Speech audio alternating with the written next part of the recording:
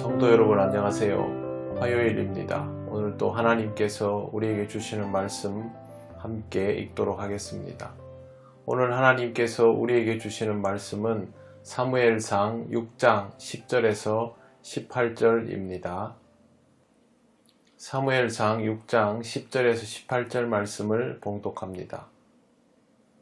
그 사람들이 그같이 하여 젖나는 소 둘을 끌어다가 수레를 메우고 송아지들은 집에 가두고 여호와의 궤와 및 금쥐와 그들의 독종의 형상을 담은 상자를 수레 위에 실으니 암소가 벳세메스 길로 바로 행하여 대로로 가며 갈 때에 울고 좌우로 치우치지 아니하였고 블레셋 방백들은 벳세메스 경계선까지 따라가니라. 벳세메스 사람들이 골짜기에서 밀을 베다가 눈을 들어 궤를 보고 그 본 것을 기뻐하더니 수레가 벳세메스 사람 여호수아의 밭 큰 돌 있는 곳에 이르러 선지라.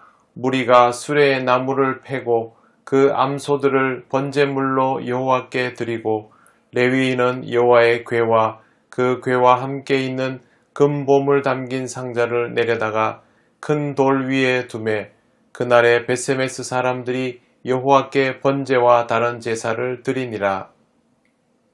블레셋 5 방백이 이것을 보고 그날에 에그론으로 돌아갔더라.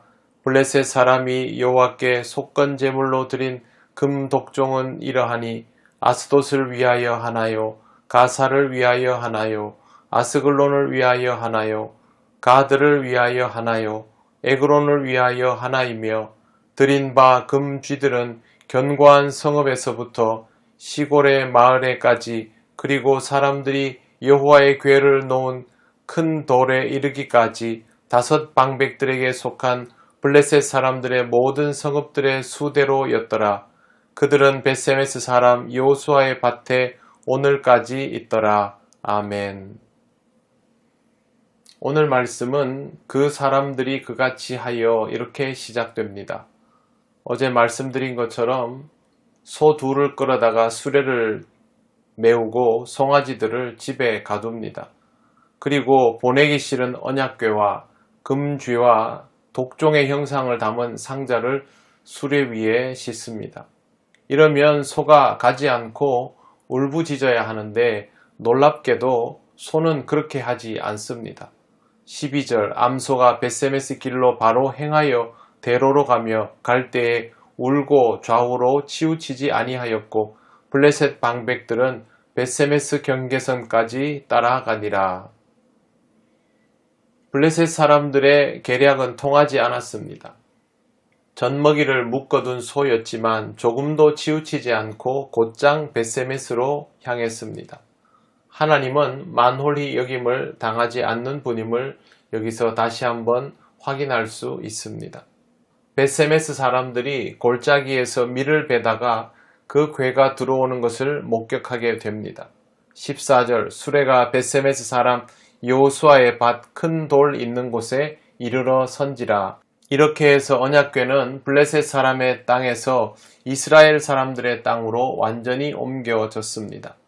전쟁에서 참패하고 제사장도 다 죽고 언약궤까지 빼앗겨 버려서 엉망이 되었던 그 땅에 언약궤가 다시 돌아오게 된 것입니다.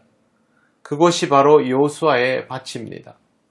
움직이지 않을 것만 같았던 소가 먼 길을 와서 멈추었다는 것은 하나님께서 멈추셨다는 것을 의미합니다. 무리가 수레에 나무를 패고 그 암소들을 번제물로 여호와께 드렸다고 되어 있습니다. 사람들은 더 이상 굴러갈 필요가 없는 수레를 부숩니다.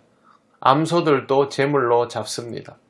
아무것도 모르고 그냥 새 것이면 좋겠다는 생각으로 준비한 수레와 소는 정말 하나님께 드릴 제사의 일부가 되었습니다.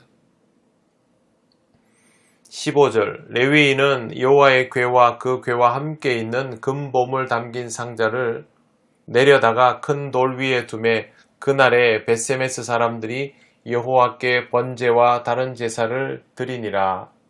언약궤를 만난 사람들은 열심히 하나님께 제사를 드렸습니다.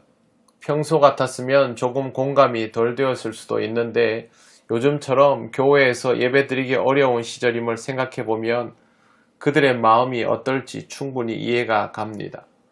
사실 언약궤를 잃어버리고 나서는 어떻게 예배를 드려야 하는지조차도 생각하기 어려웠을 것입니다.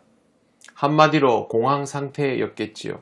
그러다가 만난 언약궤인이 얼마나 반갑겠습니까? 평소에 이렇게 했다면 얼마나 좋았을까? 제가 제일 먼저 했던 생각입니다.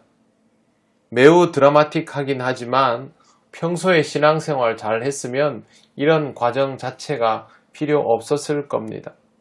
멋진 인생도 좋지만 에녹처럼 평소에 하나님과 동행하는 것이 가장 좋은 방법입니다.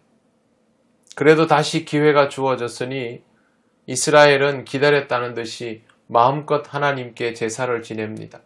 그리고 블레셋 5 방백은 이걸 다 보고 에그론으로 돌아갑니다. 이후 17절 말씀에는 금독종에 대한 소개가 나옵니다.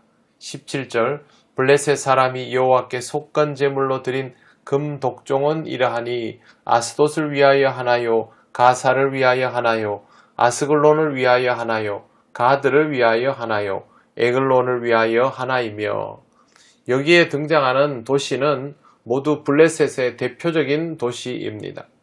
이걸 보면 언약궤 사건은 블레셋의 일부 지역에 일어난 일이 아니라 전체를 공포로 몰아넣었던 일임을 알 수 있습니다.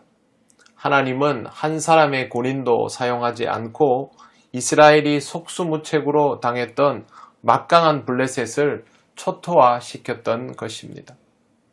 하나님의 위력은 꼭 경험해 봐야 하는 것이 아닙니다. 더구나 이스라엘은 이런 것들을 실험하면 안 되었습니다. 알아서 대처해야 했습니다. 이미 이스라엘에는 충분한 하나님에 대한 경험이 있기 때문입니다. 신앙이 성장하면서 새로운 경험들을 하는 것이야 얼마든지 가능합니다. 하지만 똑같은 경험을 반복하는 것은 다른 차원의 문제입니다. 이런 경험을 반복적으로 한다고 해서 신앙이 더 좋아지지는 않습니다. 오히려 습관이 나빠질 수 있습니다. 경험은 사람을 성장하게 할 수 있습니다. 신앙도 성장하게 만듭니다. 그렇다면 경험할 때마다 성장하는 신앙이 되도록 하시기를 바랍니다. 같은 잘못을 반복하게 되는 것이 사람이라지만 그렇게 하지 않도록 영적인 긴장감을 가지고 살아가시기를 바랍니다. 마지막으로 블레셋에서 공들여온 나머지 물건들은 어떻게 되었을까요? 18절 드린 바 금쥐들은 견고한 성읍에서부터 시골의 마을에까지 그리고 사람들이 여호와의 궤를 놓은 큰 돌에 이르기까지 5 방백들에게 속한 블레셋 사람들의 모든 성읍들의 수대로였더라. 블레셋의 모든 성읍의 수만큼 금쥐를 만들어 왔습니다. 그런데 이게 돈값을 못합니다. 이런 금붙이들이 벳세메스 사람들에게는 그냥 여호수아의 밭에 놓아둘 기념품에 불과했습니다.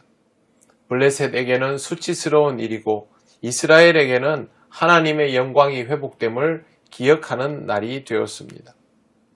금붙이는 쓸데없습니다. 기념하고 기억하면 됩니다. 우리의 삶의 모든 것들은 후대를 위한 기억과 기념을 위한 것입니다. 그러니 오늘 여러분의 삶을 그 자체로 소중하게 살아가시기를 바랍니다. 하나님은 늘 여러분과 함께 하셔서 여러분의 경험이 신앙의 성장으로 이어질 수 있도록 인도하여 주실 것입니다. 기도드리겠습니다.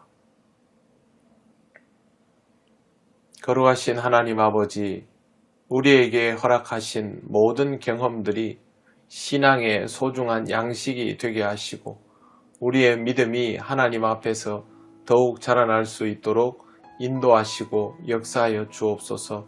우리 믿음의 후대들은 우리보다 나은 믿음으로 오늘의 우리를 기억하며 살아가기를 원합니다. 성령님, 그 날이 이르도록 모든 것들을 주관하여 주옵소서. 감사드리며 예수님 이름으로 기도드립니다. 아멘.